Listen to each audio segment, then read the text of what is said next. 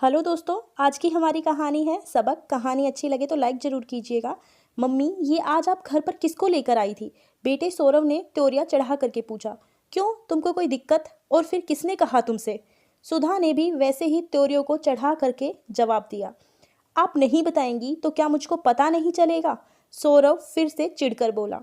मुझको तो पता ही है कि तुमको कुछ पता चले ना चले, ऐसा हो ही नहीं सकता। जब मेरा ना किया हुआ भी तुमको बताया जाता है तो ये तो मैंने किया ही है। लेकिन उन लोगों को आप क्यों घर पर लेकर आई थी? मैं ऊपर का पोर्शन किराए पर उठाने जा रही हूँ। और क्यों उठाने जा रही हूँ वो शायद तुमको बताने की ज़रूरत नहीं, क्योंकि तुम खुद समझदार हो। सुधा निर्विकार भाव से बोली। लेकिन आप ऊपर का पोर्शन किराए पर नहीं उठा सकती हैं।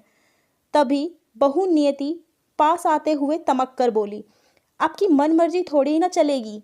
उस पोर्शन में हम लोग और हमारे बच्चे रहते हैं। क्यों क्यों नहीं उठा सकती? ये घर मेरा है। क्या मैं अपनी ज़िंदगी का फैसला भी नहीं ले सकती?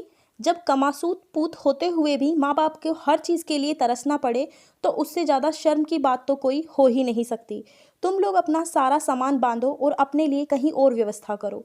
आदमी बेटे के होते ही फूला नहीं समाता कि उसका बुढ़ापा सुधर गया, लेकिन ये नहीं जानता कि बुढ़ापा सुधरने की बजाय और बिगड़ जाएगा। ये घर मेरे नाम है और जो मेरा जो जी चाहेगा इसके बारे में मैं खुद फैसला करूंगी। देखे तो भला कौन मुझको रोकता है इस फैसले से। सुधा दृढ़ संकल्पित होकर बोली। बुढ़ापा खुद में ही एक बीमारी होता है। अब समय के साथ कैलाश और सुधा बुजुर्ग हो चले थे। रोज ही कोई ना कोई बीमारी उन्हें लगी रहती थी। बहू तो दो रोटी भी बनाकर सिर्फ इसलिए नहीं देती कि एक दिन कैलाश ने सिर्फ इतना कह दिया कि ये ठंडी रोटी दांतों से कटती नहीं है। इतना सुनकर ही नियति तमक कर बोली। अब तो पापा की रोटी आप खुद ही सेक लिया करो। मैं कोई नौकरानी नहीं हूँ कि दिन भर रसोई में उनके लिए गरम गरम रोटियां सेकने के लिए खड़ी रहूं। और अगर बेटे से किसी दवा दारू के खर्चे के लिए कह दो तो बेटे से पहले बहू 10 बातें सुनाती। जब देखो तब कोई ना कोई बीमारी लगी रहती। पैसे तो जैसे झाड़ पर उगते हैं, झाड़ हिलाओ और पैसे गिर गए। अब खाली खाने का ही खर्च थोड़ी ना होता है, अपने भी 4 खर्चे होते हैं। अब बुजुर्ग आदमी पैसा कहाँ से लाए? दुकान तो पहले ही बेटे ने कैलाश को बातों में फंसा कर अपने हाथों में ले ली थी। कैलाश और सुधा की आंखों में आंसू आ जाते कि इतनी विषम परिस्थितियों के बाद भी एक छोटी सी दुकान होते हुए भी बेटे की परवरिश में किसी तरह की कोई कमी नहीं आने दी। लेकिन आज हम लोग जैसे उनके ऊपर बोझ हो गए। घर अपना खुद का था तो बस सुधा जी ने इसका तोड़ निकाला, क्योंकि 4 लोगों के बीच उठती बैठती थी तो घर को किराए पर देने का ठान लिया। मम्मी, ये क्या हो गया आपको? ये कैसी बातें कर रही हैं अपने बेटे से? सौरव एकदम से करवट बदलते हुए बोला। बेटा और किसका बेटा? माँ जैसा कुछ भी सम्मान देते हो?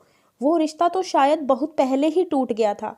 सुधा ने बेरुखी से बोला, क्योंकि उसने प्रण कर लिया था कि चाहे जितना भी सौरव उसको भावुक करने की कोशिश करे लेकिन वो पिघलेगी बिल्कुल भी नहीं। लेकिन जरा आप ये तो सोचिए कि आखिर हम लोग एकदम से जाएंगे कहाँ? अपना घर होते हुए भी आपके बेटा बहू भटके तो आपको अच्छा लगेगा? तभी सौरव अपनी आवाज़ में नकली मुलायमियत ला कर बोला। किसका घर? तुम लोगों का कोई घर नहीं, ये मेरा घर है। और हाँ, अभी तो थोड़ी देर पहले बहुत ज़्यादा तड़क रहे थे। अब तुम्हारी सारी हेकड़ी कहाँ गई? लगता है कि घर छोड़ने के नाम से सारी हेकड़ी गायब हो गई। सुधा आज कुछ भी सुनने को जैसे तैयार ही नहीं थी। सॉरी मम्मी जी, हम लोगों से गलती हो गई। अब हम ऐसा कुछ भी नहीं करेंगे, प्लीज़ माफ़ कर दीजिए। अब तो नियति घड़ियाली आंसू बहाने लगी।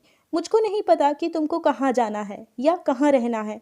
हमको तो बस 2-3 दिन में ये घर हर हालत में खाली चाहिए। बेटा सौरव, अब इस समय तुमको घर छोड़ने के नाम से सारे रिश्ते नाते याद आने लगे। जब बहू तड़ातड़ तुम्हारी मम्मी को जवाब देती है, जब मैं कुछ कहता हूँ मुझको भी 4 बातें सुनाने से बाज नहीं आती है, तब तुम्हारे मुंह पे क्यों ताला लग जाता है? क्योंकि मैंने ये फैसला कर लिया है और अब इस फैसले से मुझको कोई भी नहीं मोड़ सकता। सुधा ने अपना फैसला सुना दिया। पापा, आप कुछ क्यों नहीं कह रहे हैं मम्मी से? चुपचाप बैठे उनकी जातियों को देख रहे हैं। वो दोनों वहीं चुपचाप बैठे कैलाश के पास जाकर बोले। मैंने जरा सा कह दिया कि मेरे दांतों में ठंडी रोटी नहीं कटती तो बुढ़ापे में सास को खड़ा कर दिया गया चूल्हे पर रोटी सेकने के लिए। जरा भी शर्म नहीं आई। इंसान औलाद पैदा करता है कि बुढ़ापे में उसको सिकी सिकाई रोटी मिलेगी। वो भी नहीं नसीब हुई। तुम्हारी माँ किसी खर्चे के लिए कहती है तो झाड़ पर पैसे उगते हैं, ऐसा ताना दिया जाता है। जबकि बहू खूब खाए खर्चे, उससे कोई फर्क नहीं पड़ता तुम लोगों को। तुम दोनों ने ही हम लोगों के सीने छलनी कर दिए। कितना रोए हैं हम, मैं और सुधा एक दूसरे के कंधे पर सिर रखकर। लेकिन उन परिस्थितियों ने ही शायद हम लोगों के आंसू सुखा दिए। शायद भगवान जो करता है बहुत अच्छा करता है। इसीलिए ही मैंने सुधा को स्वतंत्र छोड़ दिया, ये फैसला लेने के लिए। और वो जो कुछ भी कर रही है बिल्कुल सही कर रही है। तुम जैसी औलादों के साथ बिल्कुल यही होना चाहिए। अब तुम जानो और तुम्हारी मम्मी। और अगर ज़्यादा मीन मेक की ना तो दुकान भी खाली करवा लूँगा। वो ज़माना बीत गया जब बच्चे जातियाँ करते रहते थे और माँ बाप चुपचाप सहते सहते दम तोड़ देते थे। अब आज के समय में बुजुर्ग भी सजग हो गए हैं। अब वो बहू बेटों की गुलामी सलामी नहीं करते। कैलाश गुस्से में बहुत ज़्यादा भड़क कर बोले, क्योंकि दूध का जला छाछ भी फूंक फूंक कर पीता है।